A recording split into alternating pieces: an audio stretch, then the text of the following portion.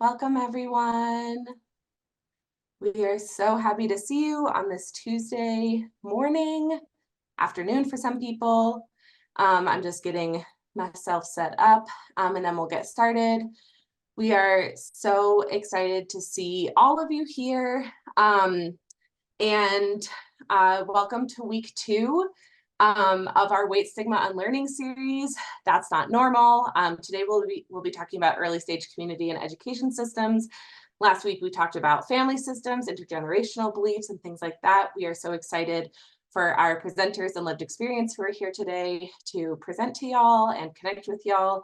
And as a reminder, we will be recording these sessions for later viewing. I'm going to be pasting the group guidelines in the chat just as an FYI for y'all. And with that, I will hand it over to Hannah. Hello, everyone. Welcome back, or welcome to your first time being here. Emma, you can see everything okay? Alrighty, just making sure. Alrighty, y'all, so let's just hop right into it. So as Emma said, this week we are going to be doing early stage community and education system. As a reminder, for this first portion, it will be me and Meredith leading this and talking in that first 15 to 20 minutes before we go into our lived experience speaker. Just a reminder on language. So yes, please. So fat, when it's used in a descriptor rather than any derogatory or negative way, similar to how we would say short, tall, old, young. Other terms we may use and are okay to use is things like person of size, person in a larger body. No thanks. Fat, when we're using it in a derogatory way, or obese or obesity, these terms are most commonly used in our medical community. It was created to unfairly and wrongfully pathologize folks that live in higher weight bodies. That's not based in science and can be extremely harmful and hurtful, I would say, as well. If you're like, what does pathologize even mean? It means to unfairly or wrongly consider something or someone as a problem, specifically, typically where we see this as like a medical problem.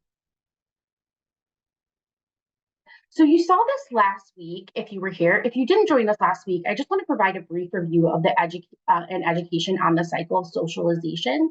So this is the idea of how we learn and what we learn. This cycle maps out the different phases in our life where we learn things. Last week, we talked about socialization in our family units. This week, we'll start to move into that green area, which is the institutional and cultural socialization. And the next phase of socialization, we'll be moving into those education systems, specifically kindergarten through grade 12, so that K through 12. So our family beliefs, even if we grew up in families that are weight inclusive and neutral, still are going to be bombarded by messages from our community and our education systems related to weight and bodies, food, categorizing food, which we'll talk about throughout today. And today, that's where we're going to be putting our focus too. So really understanding the impacts of early stage community and education systems on food and body. So none of us are children or adolescents here today, or at least I hope it's only adults in the room.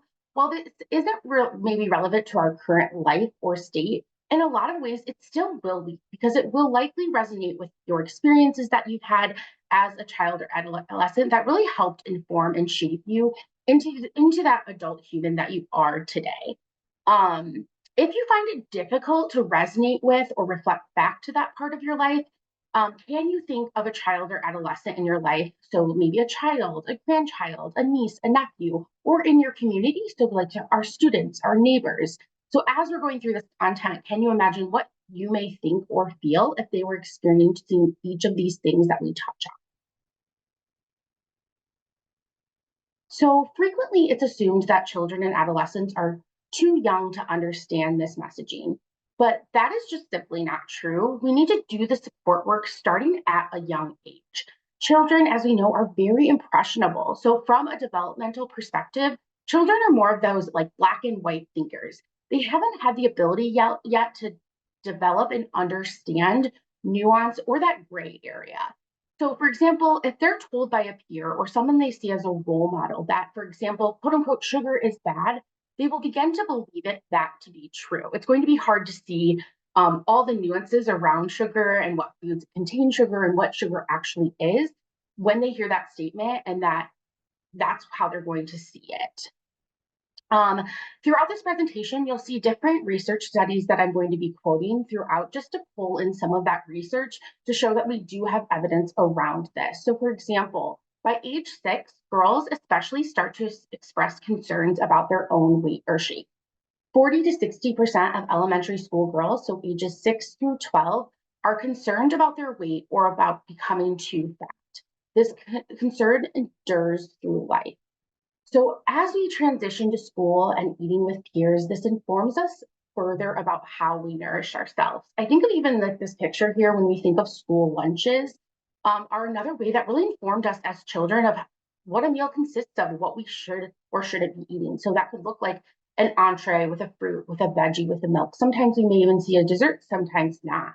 While other children, maybe they packed every day. Maybe they felt left out because they couldn't have those school lunches with their friends, while others may pack some of their cultural foods, and these cultural foods look different than what's being plated in the school system and stand out as being quote unquote like different. I always, whenever I see this by age 6, I have two nieces, 11 and 7, and I see that 40 to 60%, and I'm always like, are they a part of that? That's so significant, right? I like my heart punches, not in a good way, my stomach, I should say, rolls a little of, are they experiencing these messages? Likely. Is it changing how they feel about themselves day to day? Possibly. Which is really just like, again, when you're having hard time maybe relating back to what was it like when I was 6 or 7 or 8 and beyond, what would it be like for the people that I love or know? So as humans, especially children and adolescents, we have such a strong desire to be liked and ultimately to belong.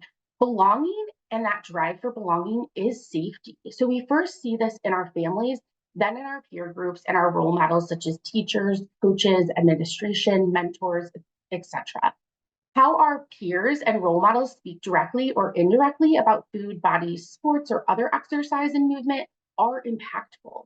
These attitudes from both role models and peer groups are supported in different ways, which we'll dive into in the next slide. This one I want to read as well because I think this is really important, but children in larger bodies often experience peer rejection in the school environment, leading to a drastic drop in levels of self-esteem rated after beginning school. Self-esteem was lowest among overweight children who believed that they were responsible for their weight and who believed that weight was the reason for few friends and exclusion from games and sports. So we're thinking of all children and adolescents here. And we have to really notice that children that live in larger bodies or fat bodies will experience this at an even more extreme rate.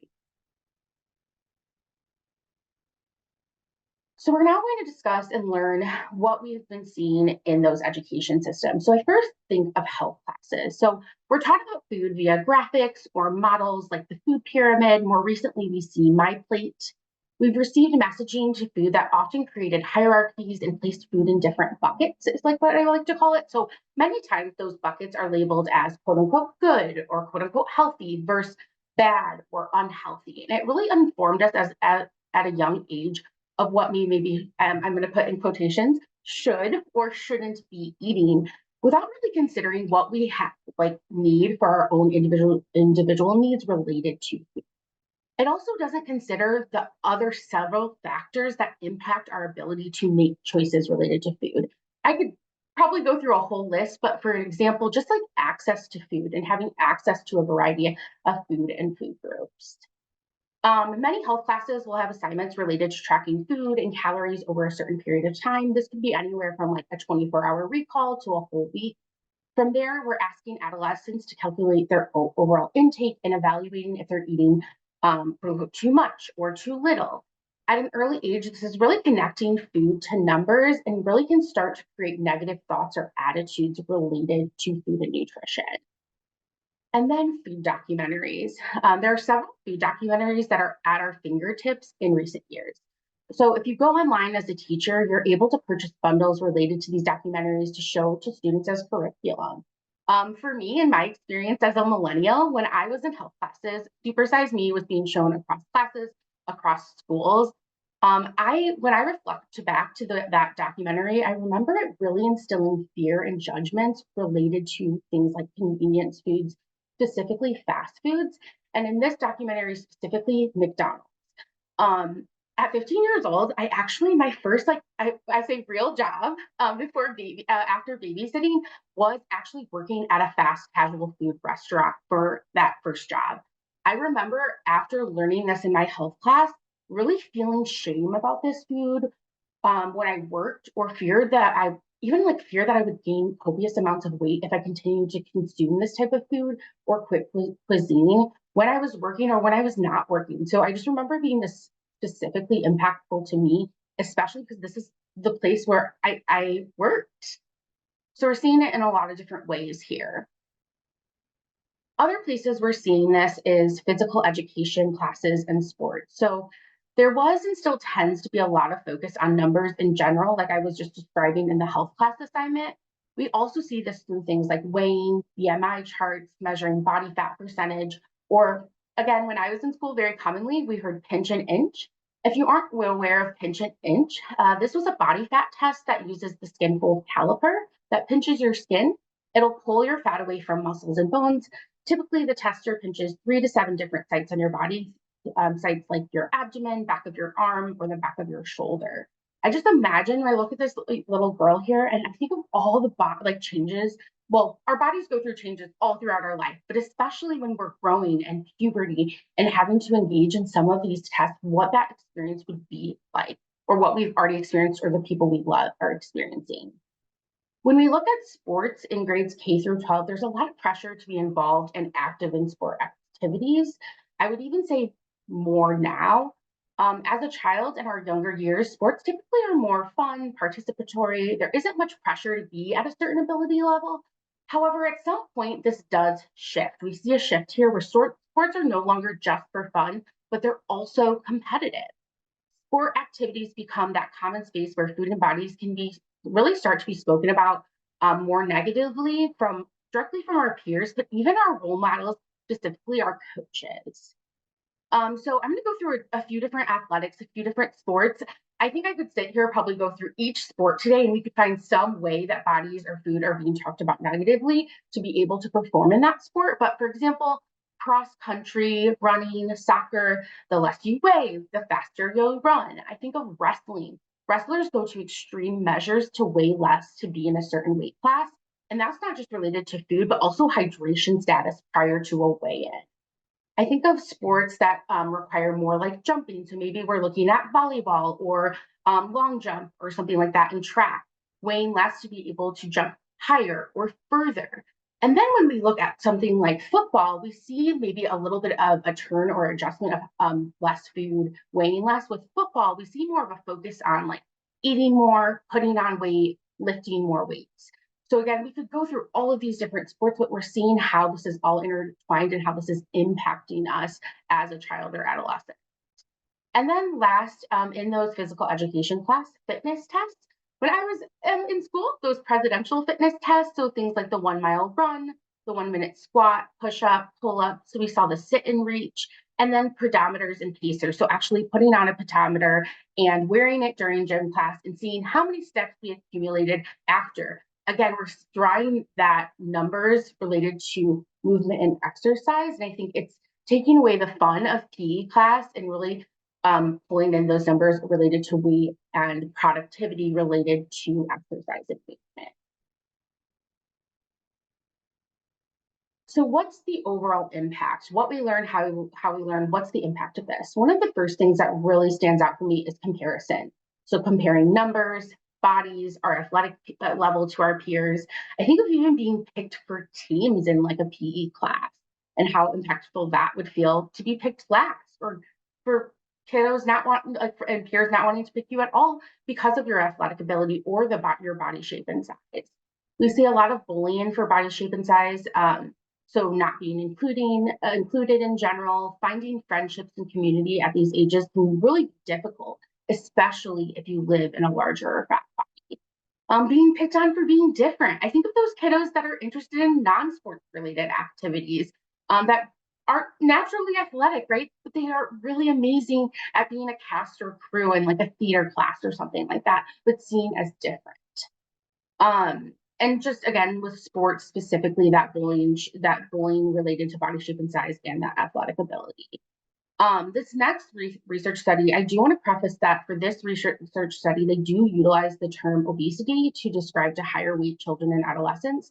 And I will be reading a short section directly from the study.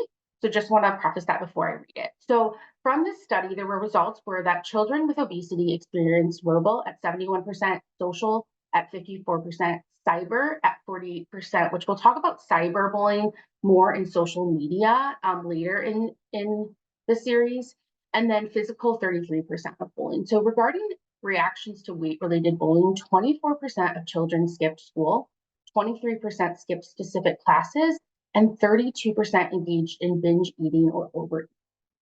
Logistic regressions revealed that children who were socially or physically victimized because of weight had significantly higher odds of skipping school than those who were verbally and physically victimized because of weight, had significantly higher odds of skipping those specific classes to those who are not. So again, really bringing attention to those impacts related to school experience, attendance, for bullying in general, especially for folks that experience bullying in a larger or fat body. I'm going to now transition over to Meredith, who's going to talk to us about intervention and advocacy. Thanks, Hannah. So we've talked a lot about how we learn, what the impact of that is, especially in the K-12 environment and going into the school system and learning about our bodies in relation to those around us. Most of us, as Hannah mentioned, we're not kids anymore. We can't go back in time and change those childhood experiences. But what we can do is change the experience of those around us and those in our lives. And so as we look towards intervention and advocacy, the first thing I would encourage you to consider is to think local. How can you support the kids in your life by providing kind of that balanced, neutral perspective on food, exercise, and bodies to help shore them up and counteract those messages that they're getting from other areas of their life that might be harmful.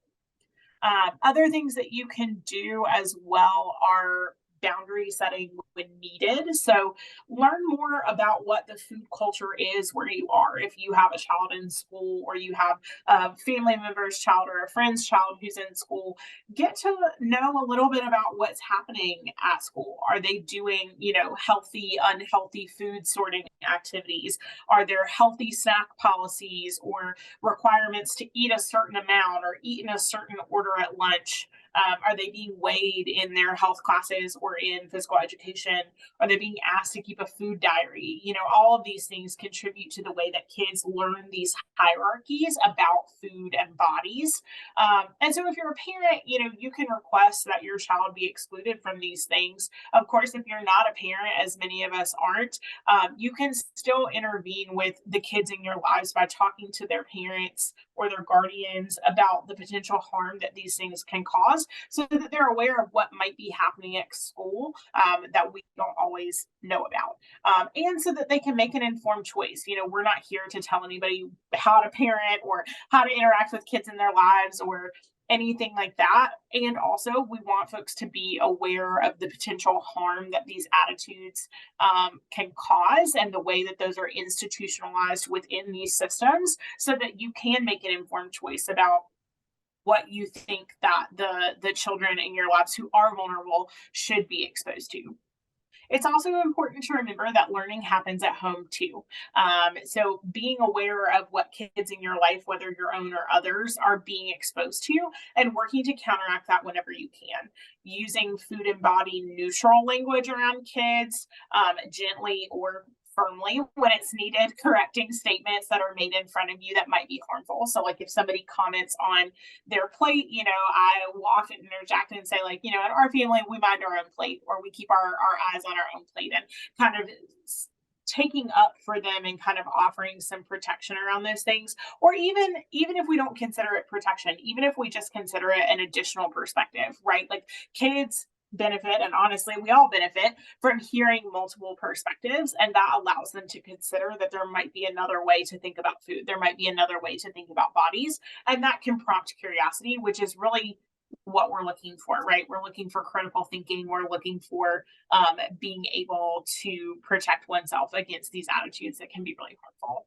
If children in your life come home and start to kind of assert or parent the beliefs that they're hearing in other places, like, oh, I can't eat dessert anymore because it's not healthy, that can be really activating and really triggering for you as the adult. And it's hard sometimes to kind of bring yourself in and take a deep breath and say, tell me a little bit more about what that means to you. Like, what does healthy mean? How do we learn what's healthy and what's not? Tell me a little bit more about who told you shouldn't eat dessert anymore. How did you learn that? Let's have a conversation about what that means. And you can kind of, again, offer alternative perspectives and help them think critically about the information that they're being given.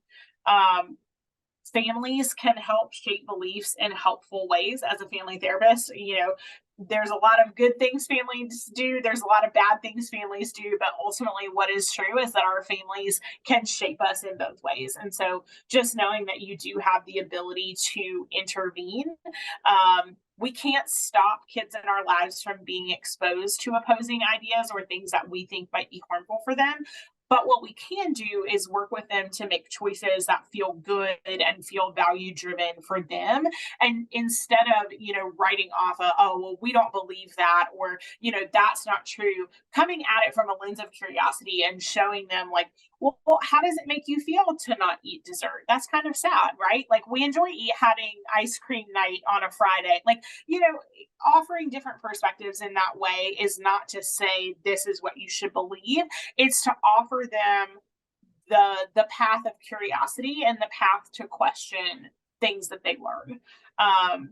So I think it's really helpful to think about how that happens at home. And then finally, be a part of the community solution. Even if you don't have kids in your life, even if you don't have kids in your family, maybe you volunteer as a classroom helper. Maybe you volunteer to coach a sport. Share your neutral perspectives where you can. If you're a professional or if you're somebody who likes public speaking, maybe you offer to do a presentation at school with whatever skills and whatever you have to offer. I think looking for where we can make change in our communities, especially as adults, is one of the most powerful things that we can do to heal those parts of ourselves that maybe didn't have such a good experience as a child. So thank you for hearing all of Hannah's wonderful content about K-12 and kind of how that is so impactful on this journey of how we learn what we learn about weight stigma. And I'll pass it back over to her to introduce our fabulous lived experience speaker. Yes, thank you so much, Meredith. When I was listening, I love listening to you, but when I was listening to that, I think for me, there's been times where I've reflected back and I'm like, well, I already lived my childhood. This already happened. What can I really do now? And then I'm showing up to talks like this and I'm like, oh, that's healing. Oh, that's filling my cup up. There's different ways that we can plant seeds in so many important ways. So thank you so much for taking us through that. Okay, so I'm going to transition us next to our lived experience speaker. We have Chrissy King here with us today. So Chrissy is a writer, speaker, educator, and former strength coach with a passion for creating a diverse and inclusive wellness industry. She is the author, also the author of the Body Liberation Project. Through her work, Chrissy empowers individuals to stop shrinking, start taking up space, and use their energy to create their specific magic in the world. With degrees in social justice and sociology from Marquette University, Chrissy merges her passion for social justice with her passion for wellness to inspire members of the fitness industry to create spaces that allow individuals from all backgrounds to feel seen, welcomed, affirmed, and celebrated. Thank you. Thank you for the intro. And hello, everyone. I'm so excited to be here. I have to start by saying, listening to both of you, especially Hannah, as you were going through that, I was like, oh my goodness, this brings up like so many memories, right? I can't think of any of us who don't resonate with that. And even like some of the gym testing stuff, I think I mentally blocked that out because like that was like some of the worst. Like I remember the mild one or the mild test. I was like, that is like my worst. That was like my worst nightmare. So yes, I blocked so much of that out, but I really resonate with everything that you were saying. And I think What's really interesting is you started out by saying that, like, even though we are adults now and these things are like in the past, like all of those experiences in so many ways, like really impacted how we even feel about our bodies today, right? And especially if we've like put those things in a box and never like reopen them and like really examine how are those things still impacting us and affecting the relationship we currently have with our body. Those are like such huge formative times in our lives, right? So anyways, thank you for everything you shared. And I'm excited that I get to share a little bit with y'all about my lived experience. And when I was thinking through this and then also like listening to everything that Hannah was presenting, it also made me think about the fact that like the way that we have been socialized, our bodies are impacted in so many ways, right? Like I know last week y'all talked about family, which is like huge. But then moving beyond family, yeah, we're talking about like our peers, our education system, like our teachers, even, and like our just all these people in our lives, media, right? Like so many things. I have a lot to share, but I think for me, I'll start by saying that I live in Brooklyn, New York now, which is like a very super diverse place, but I grew up in the Midwest. I grew up in Wisconsin. And it wasn't nearly as diverse as it is here. And I was also homeschooled until I was in the third grade. So like my classmates were my brother and my sister. So, that was fine. But then when I was in the third grade, my parents sent me to a private Christian school in the suburbs.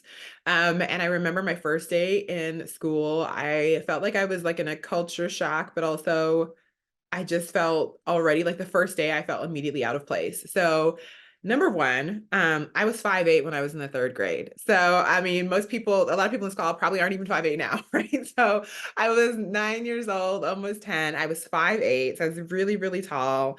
And the school was a private Christian school, so we didn't wear uniforms, but we had to wear skirts and they had to be like to the middle of your knee and all of these things. And as you can imagine, there's not a lot of kid clothes that are made for people that are 5'8" when they're 9 years old, right? And I wasn't like a tiny 9-year-old either. I was like I literally was like wearing adult size clothing, right? So I walked into school, I already felt out of place because everyone was, dressed like a child. I'm dressed like the teacher essentially.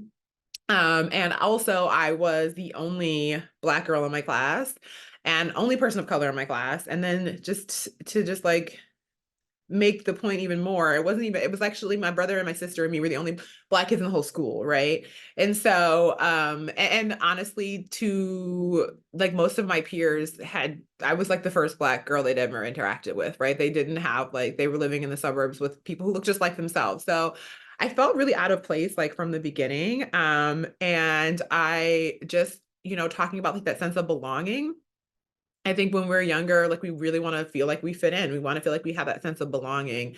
And right away, I did not feel like I had that sense of belonging. And so I think that was like one of the early things that really informed like how I felt about my body, how I felt about my weight. And I knew for myself how I felt was that I can't be small and petite and blonde and all of these things. So maybe I can try to be skinny. That's the thing that I can try to do because I couldn't do all these other things, right?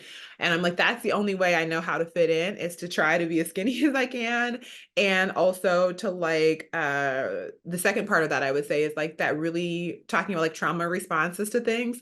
My other response was like, I need to try to be as smart as I can be. Like, those are the two things that I can do in this space to feel like I can fit in, to feel like I belong in the setting. And I will say that I don't feel like I experienced explicit bullying. And I'm going to tell a couple stories. I don't think that any of my peers were like, oh, we're going to bully her because she's like tall and bigger than us and Black. Like, I don't think that was anybody's like real intention. But I do think that when you're really young and you're experiencing someone who's very different from what you are, uh, things just happened, right? That made me feel othered or made me feel not bullied, but definitely like I didn't belong in those settings. And so one of the first stories I remember is that, so it was a small school, like it was K4 to 12th grade, and there's probably like only 300 kids in the whole school, right? So my class had like 20 people. So it's like pretty evenly split. So there's about like 8 to 10 girls in my class in any given year. So that's a small enough group that like you could essentially have like a bunch of your friends over for sleepovers because there's not that many of us. Um, Also to note, I had never been to a sleepover before this. I was also very sheltered. So I remember I went to my first sleepover and I was like super excited about it. It was really fun. But two things happened at the sleepover that made me feel like so out of place and so much like I didn't belong. The first thing that happened is that we were like playing dress up with like my friend's clothes, but like obviously I could not fit like into any of the clothes, right? Like I couldn't even get my arms in the clothes, right? So I was like, oh, okay, I don't have anything to like play dress up in. And, she's like, I'll just grab some of my mom's clothes, but like also her mom, I couldn't fit her mom's clothes, right? So I was like, that's okay. I'm not going to play. I'll just watch you all and like, whatever. And I was like, I think it ended up being like the judge because it was like a beauty pageant or something. And so I ended up being the judge because I could not like fit in any of the clothes. And that felt really, it felt really sad, honestly, at the time because I was 9 or 10. Like I just wanted to play dress up like everyone else. And the second thing that happened that night is that we were like gonna play like dress up or play like I don't know if it was like hair salon or whatever. We were playing with each other's hair. And I obviously was the only Black person there. And so my hair texture is way different than anybody else's. And so I remember I used to wear like braids and all this stuff. And so one of the girls took my hair down to like play in it, and like her immediate response was like, ew, gross, why does it feel like that? And it was because like, Black hair is moisturized, it has hair oil and all of these things. And I was just trying, like I didn't even know how to respond, right? Like I just felt so much embarrassment and so much shame. And so I very much was just like, oh, that's okay, it's just like my hair feels different, like let's not play in it. And I just remember being like so embarrassed and so shamed about that, both of those things. So when I went home, I never told my parents about any of the stuff that happened. I don't know why, but I went home and like right away, I remember that I was like, okay, I need to figure out how to lose weight because I don't ever want to be in a situation where I can't fit into like, my peers' clothes because it feels really awkward. And the second thing I said is that I want to have like straight flowing hair and I don't want it to feel like greasy or oily. Like I don't want any of that stuff. So I asked my mom right away, can I start straightening my hair? She let me, but then I also stopped like adding moisture to your hair. And for folks unfamiliar, if you're a Black person, we have to add moisture to our hair. Like it's important for like the health of our hair, right? And so I stopped doing that. And I remember this day, my hair got so dry and so brittle because I just wanted it to feel like everyone else's. I remember this day, I was like in the mirror, like combing my hair, and I was like seeing these little flakes. And at first I was like, is there dandruff in my hair? And then I realized it wasn't dandruff. My hair was so dry, like every time I was brushing it, little pieces of it were breaking off because that's how dry my hair had become. And I was like, oh, well, this is a problem too, right? And so I just remember I was always really struggling with myself and trying to fit into places where I didn't feel like I belonged. I should also add, I'm a millennial as well. So I was growing up in the 90s, and representation now isn't great, but it was really bad back then. And so my like icons that looked like me that I could see were like people like Naomi Campbell, right? Or like Tyra Banks. And if I actually just went back and watched an episode of America's Next Top Model, and let me just tell you, watching that through my eyes now, I was like, no wonder, this is a number on all of our body images, right? Like watching that show. And so those were my people. Those were the people that I was like, oh, I can be like them.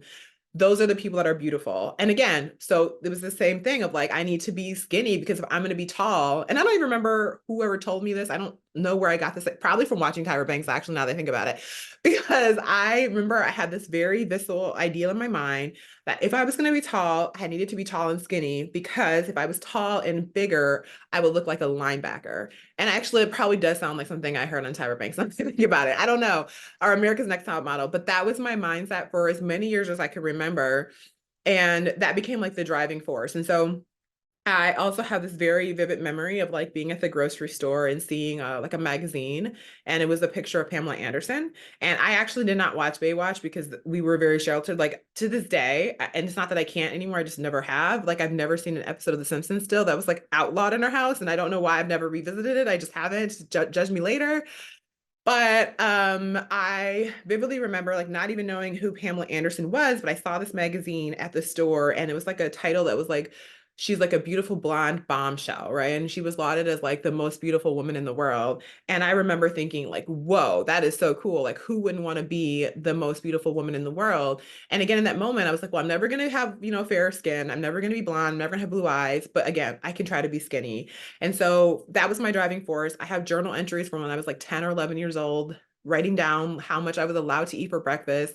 I very much have a journal entry that I still have to this day. I found it recently, and where I'm telling myself that I'm limited to breakfast to like 3 grams of fat. Again, fat was bad in the 90s. That was out then. So it was like no fat. And so I could only have 3 grams of fat. I was supposed to not to eat junk food. I was supposed to not eat snack during the day. I had like an exercise plan like written out, and like thinking back to like being 9 or 10, that like breaks my little heart, because it's like those are not the things that we should be focusing on at such a young age, but that was the reality of the time and also the experiences. And so then moving into like high school, I actually grew even more. So by the time I was in high school, I was 5'11". But it's so interesting because I think our memories get so, disconfigured, because I remember even in high school thinking like I still need to be skinnier, right? But when I look back at my pictures of high school, I was like really tall and really lanky. Like I didn't have hips yet, I didn't have any real figure, but like in my mind still, I was like, it's not enough, right? But during my junior year of high school, my parents were just going through like a personally tough time. My parents got divorced, like a lot of things are happening. And so my body definitely changed. And I think I noticed, but it wasn't a thing that was like bothering me.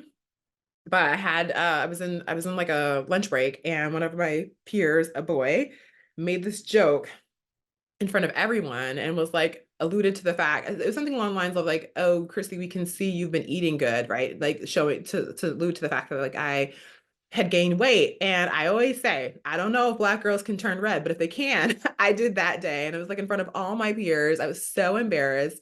And so once again, I was like, well, I have to lose weight. And again, I didn't know a lot about dieting. Also, like the internet was just starting to be a thing. So I remember hearing one of my mom's close friends talk about she lost a bunch of weight doing the Atkins diet. And so like literally after school that day, I drove myself to the bookstore and I bought the book on the Atkins diet. I read it basically in one day, and I was like, oh, I can do this. Like, this is simple. Don't eat carbs, vegetables, fats, all the things, just no carbs. And so I literally started doing that. I stuck to it religiously. I didn't really start exercising. I mean, it is exercise. I didn't feel like it was exercise in my mind because my ideas about exercise were also so like rooted in diet culture, but I started walking like 5 or 6 miles a day. And walking is a wonderful form of movement, but when you're eating 30 carbs a day, you don't really need to walk another like 5 or 6 miles on top of that, not necessary. But I did start doing that, and I lost a lot of weight fairly quickly. And I think the thing that was like so jarring for me talking back about like the socialization is that I went to school and all my friends were like, oh my God, you look so great. Like, how did you do it? I want to do what you did too. And I was like, wow, everybody thinks I look beautiful now. And I felt like really vindicated in that moment, but also at the same time, that solidified in my mind that like people are going to like me better in a smaller body. And so that should be the driving force of my life, because that's when people like me, is when I'm smaller. And so that for me, like, even though I like dabbled in like counting calories and like, dieting when I was much younger, that was the first time that I feel like I went on this hardcore like diet and, really like stuck to it and saw these results. And so then, the next decade of my life was spent yo-yo dieting essentially, because I would just lose the same 20 and 30 pounds over and over again. And when I think back to like my early childhood years and teenage years, especially like my early childhood years, I think the one thing that really sticks out for me is that I didn't have like the language at that time, but because I was, 10, but the thing that I really was yearning for in that moment was like access to privilege, right? And so I was like, I'm not gonna have all these other types of privilege, but I can have access to thin privilege, right? I can try to be the smartest person I can be so that people see me as a smart, valuable person. And I should double back. The other second story that I forgot to tell was a couple years later. I was in 5th grade, and I had become really close friends with one of my peers, and I would regularly go to her house. And this one particular night, I was at her house at dinner. We were eating with her family. So it was like me, her sisters, her mom, and her dad, who were all white, and then me. And I don't know why this came up, but my friend said, like, pretty much out of the blue, she's like, my dad doesn't like Black people, but he said you're okay. And I literally was like frozen in that moment. I didn't know how to respond to that. I never had really been in a situation where I was like, oh, people might have. I mean, I probably had been in a situation. I hadn't cognitively realized that I would be in a situation and people would make judgments about me because of like, not even just the size of my body, but even the color of my skin. And so I remember that too was like really a very pivotal moment for me, because I was like, oh, I need to prove that I'm an okay Black person, right? And so that meant like being at the top of my class, right? Like making sure I was speaking what I thought was like how I should be speaking, making sure I was trying to be like an excellent person, because then people wouldn't see me as like a bad Black person. They see me as like an okay or acceptable Black person. And so going back to this like idea of privilege, it was also this idea of respectability politics, right? That I could outperform people's negative thoughts about me, and I could exercise the way I looked so that I can be this acceptable person in society by all these different metrics. And so it took me a lot of years to like undo all of those things, to undo diet culture in my life, to undo this idea of respectability politics, to undo this idea of like perfectionism that showed up as a response to these things. And so I think the work for all of us is like the work of undoing, right? And even if we didn't have those personal experiences, I've also recognized how important it is to like examine our own personal biases about people, about bodies, about gender, about race, about sexuality, about all of these things, because they show up in the work that we're doing or the way that we're, interacting with people. Even if we have the best of intentions, those things still show up. So the work is always like unlearning our personal biases and also healing those things within us that still feel sensitive as a result of the things we've experienced. So that's what I have. Thank you so much, Chrissy. Sorry, I just was getting a bunch of questions all of a sudden coming through to me. Thank you also to Hannah and Meredith. Sorry, it's very hard to do two things at once. I think that we can most agree with that. But thank you for the presentations. Then also Chrissy, for you talking about your lived experience with all of this. We did have a question come through specifically for you, Chrissy, of what are some of the key barriers / misunderstandings from others that come up in your activism and work, and how do you work through those?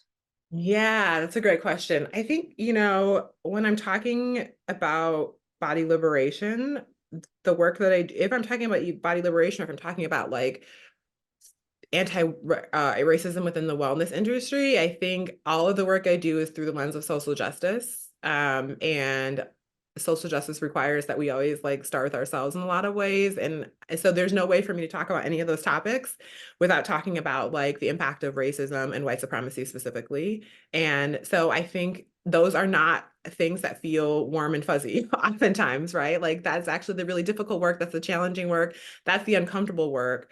But it is the work that is necessary to, doing all the things that I'm hoping that we do. And even when we're talking about like body liberation, diet culture is rooted in racism. So like we can't have those conversations without talking about that. So I think that is one of the toughest, most difficult things, is because I think it hits people in a place that feels like really personal or uncomfortable. And so I'm always like really trying to help folks understand, myself included, that all of us, no matter what we look like, have been indoctrinated within these systems, and we all have work to undo. And so it's not a matter of like, I'm a bad person. It's I've been taught things that don't really personally align with what I want to be. And so I'm working to unlearn those things. So it's not me being a bad person. It's just sometimes I have thoughts that don't align with who I really want to be. And like, that's an okay thing. And it's also okay to feel, I think it's natural, I'm going to say. It's natural to feel a little bit of like self-judgment or a little bit of shame. But the important thing is that we don't sit in that place of self-judgment and shame and then say, okay, I felt this feeling, I let it pass. And now how am I going to show up to be better? Because that's what I want to, that's how I want to exist in the world. Thank you. And then someone had a follow-up question regarding something that you had brought up. What is respectability politics? Oh yeah, I would love to talk about that. So respectability politics is really this idea, especially pertaining to Blackness, that in a world where people have like, stereotypes or generalizations about what it means to be Black, for example, respectability politics is this idea that I am going to try to show up as perfectly as I can, meaning like, the way I talk, making sure I'm using proper English and not using, slang, especially in spaces where white people are, for example, that for me as a child, like making sure that I'm proving to people that I'm a really smart person, right? Maybe perhaps like dressing a certain way, like if a stereotypical idea of like how, Black people dress, I'm going to make sure I'm not dressing that way. That I'm really trying to, honestly, it's just really like I'm trying to align myself with whiteness in many ways as possible to hopefully negate those opinions or ideas that people have about being Black or existing in a Black body. So it's like respectability, that like if I'm a respectable enough Black person, I can I can go beyond those negative thoughts that people might have about who I am because of the way or the body that I exist in.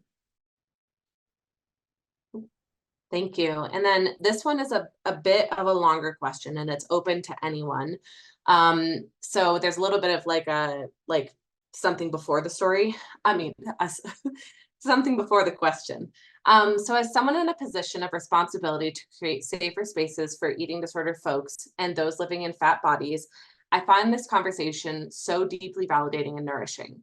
In this space, I feel a sense of healing. The activation for me comes when I think about the people outside of this space hearing this data, research, and lived experience and still going, but I just don't get it though. Obesity is the #1 killer, so we should be scared of getting fat. Responses like that after the work is being done by those folks by watching feels traumatic to me. Like Dr. Peter Levine said, trauma is not what happens to us, but what we hold inside in the absence of an empathetic witness. When we hear these ignorant responses in group spaces that have agreements in place, where do we go from there? What can we say to those folks? I like that it was mentioned that we can say to kiddos to not tell them what to believe, but rather lead with curiosity. So can we give an example of how this might work with an adult? So where do we go from there? What can we say to them, and how do we talk to adults about these things?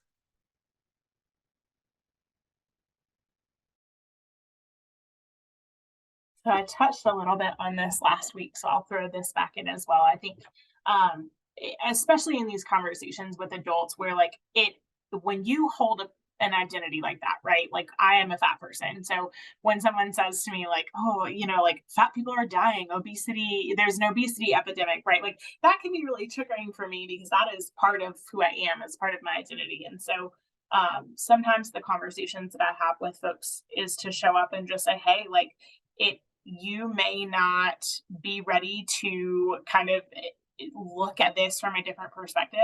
And if you're in my life, I'm asking that you respect me as a human being. And that includes respecting my identities and respecting that, I'm not engaging with dieting, that I'm asking you not to talk about things in a certain way around me, because that's what I need for my well-being. And if you're in my life and you care for me the way that you say that you care for me, then that is a boundary that I'm going to ask you to respect. And when I have more energy, often I'll engage with people and kind of have those conversations around like, hey, there are quite literally no illnesses or health problems that only fat people get, right? Like health is a spectrum. We all come into it with different genetic setups, different environmental setups, different triggers. And so health is not this just kind of like single faceted thing that we can look at someone and know their health status, or we can predict their future health status based on one aspect of their identity or their physical status. It's much more complex than that. And so just kind of boiling it down to like, if I don't have any energy, I'm just going to ask that you respect me. And if I do have energy, then maybe I can offer you some curiosity of, hey, this has been my experience of pursuing health in a holistic way. I don't know if that's helpful, but just wanted to offer that. I would second everything you said, and I think that it is really true. Same experience. I've had that obviously, or same experience if you're talking to someone about white privilege, and they're like, but that's not true. It's like, okay, cool. So it's it always depends to me as well on your energy levels, your emotional, because of your emotional capacity at the time. And I'm also a really big fan of just saying listen, I can't get into this with you right now. However, here are some books you can read about the topic, because if someone is truly interested in unlearning, then here are some resources I can offer you that you can purchase these books and read and think about it yourself, that don't necessitate that I'm spending all this emotional labor trying to help you understand. Because twofold, some people are committed to misunderstanding, and it's not my job to try to make you get what I'm saying. But if you're truly interested, here's some resources, and I hope that you read them and help you understanding of whatever it is that we're talking about.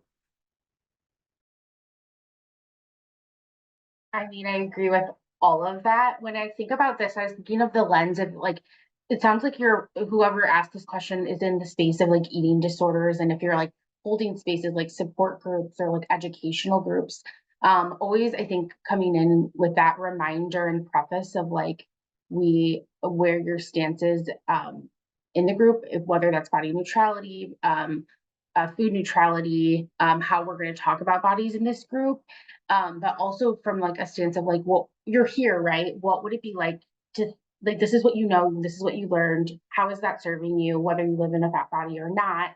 And what would it be like to look at it differently? Like, what would it be like to see it from a different lens or from a lens of somebody that lives in that body? That has been really helpful when I'm coming from obviously a dietitian view. That's been really helpful when I've been talking about like food specifically with folks. But I was thinking from more of like that group lens. But yeah, everything that Meredith and Christy are saying. Thank you all for answering that. I actually have a couple of questions that kind of are all in the same vein. So I'm going to start out with one and see where it goes and see if it answers the others. But I was wondering how, and I think that even though this was directed at Chrissy, I think that it also is open to both Meredith and Hannah as well. I was wondering how Chrissy was able to unlearn diet culture and perfectionism. What's the process from understanding that these were not true and actually feeling free from them? It's a very long process. I think, I didn't have enough time to go into my whole story, but like all through my late 20s, I was really, really, really deep in diet culture in a very, very obsessive way. Like my whole life revolved around like tracking what I was eating and how many hours a day I was exercising. So it was like really, I was really, really deep in diet culture. Another story for another day. But I will say that I had this moment where I was like, I always refer to it as like my like rock bottom moment, or when I was like, wow, something has to change. I was in my, I don't exactly know how old I was. I was in my 20s.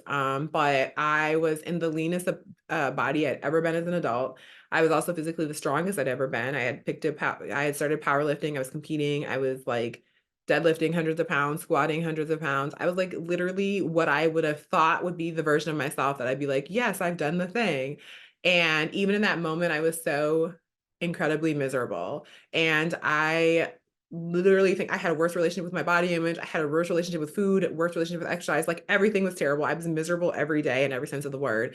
And I remember I had this weekend where I went away with, I was married at the time. So I went away with my in-laws and my husband at the time. And I was like, that was my worst nightmare because that meant that like I could not control every single thing I was eating if I was out of town. So I packed as many of my meals as I could in a cooler and took it with me for the weekend. We went to a water park.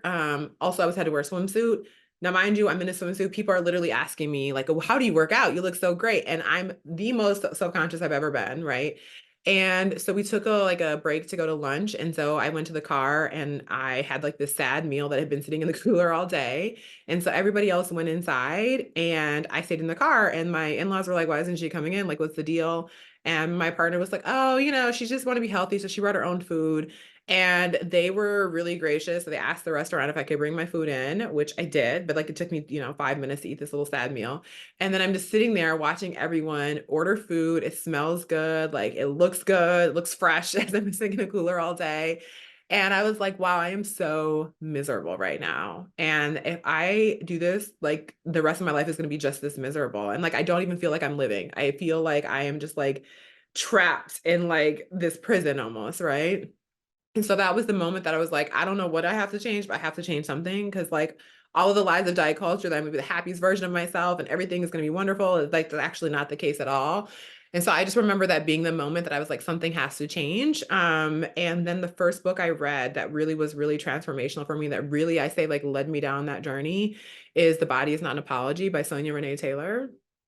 And I think it was also so great about her book is that not only is she talking about like diet culture and body stuff, but she's also talking about like intersections of identity. And it just really helped me to start to realize like how deeply rooted this is beyond just my body, but also like all of these other things. And so that was the first book. And I will say quickly, and I'll let someone else talk, is that it wasn't like, and I always think it's really important for us to recognize this. It's not like you just flip a switch and all of a sudden you're like, okay, I'm done with diet culture now. Like it doesn't work like that. I remember the first food change I made, which was terrifying at the time, was like, I'm going to put cream in my coffee, right? And that sounds like such a small thing, but like I think it's important to mention that it was such a slow process for me to start to let go and to learn to trust myself around food, to trust myself like that I knew what was good for my body, because I also spent years of like having other people tell me how to eat. And so it was like a very small tedious process to do that. So it was the years in the making, but that's kind of like how it started for me.